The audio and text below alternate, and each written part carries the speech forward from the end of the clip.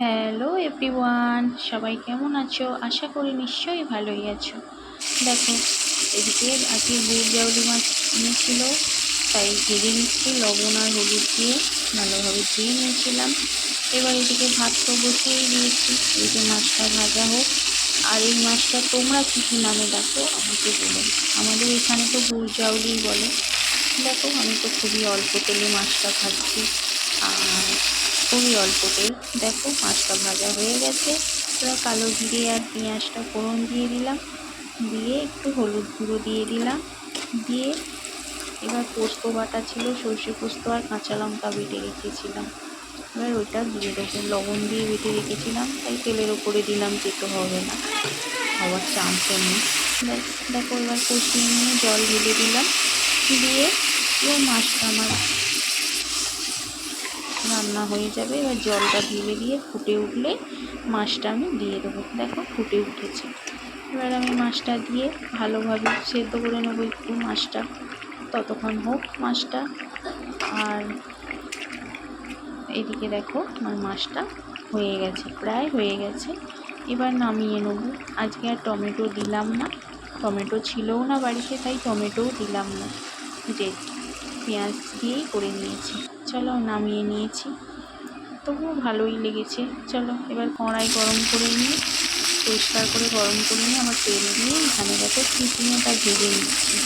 আজকে করবো চিচিঙে পোস্ত, চিচিঙে ভেজে নিয়েছি। এবার 5 ফোড়ন দিয়ে দিলাম, ফোড়নে দিয়ে এখানে ভেজে রেখেছি চিচিঙে।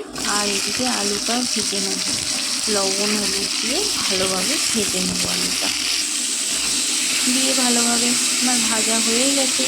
এবার ওইতে পেঁয়াজ দিয়ে দেবো, পেঁয়াজ কুচি দিয়ে দিলাম, দিয়ে পেঁয়াজটা আবার ওই আলুর সাথে একই সাথে ভালোভাবে ভেজে নেবো, যাতে আলুটাও নরম হয়ে যায়।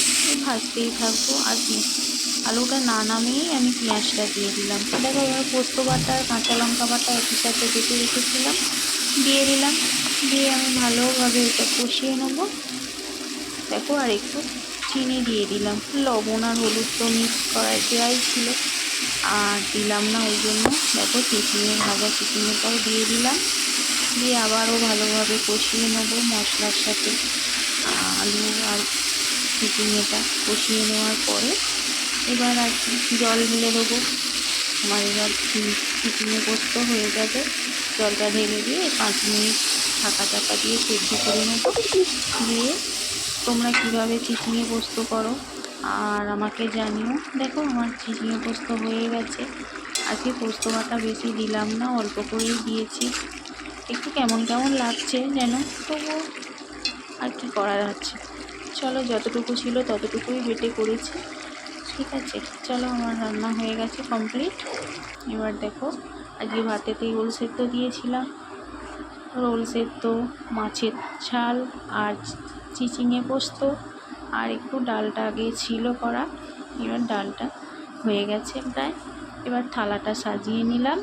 চলো, আমি খেয়ে নিই, ততক্ষণ তোমরাও ভালো থেকো, সুস্থ থেকো, টাটা।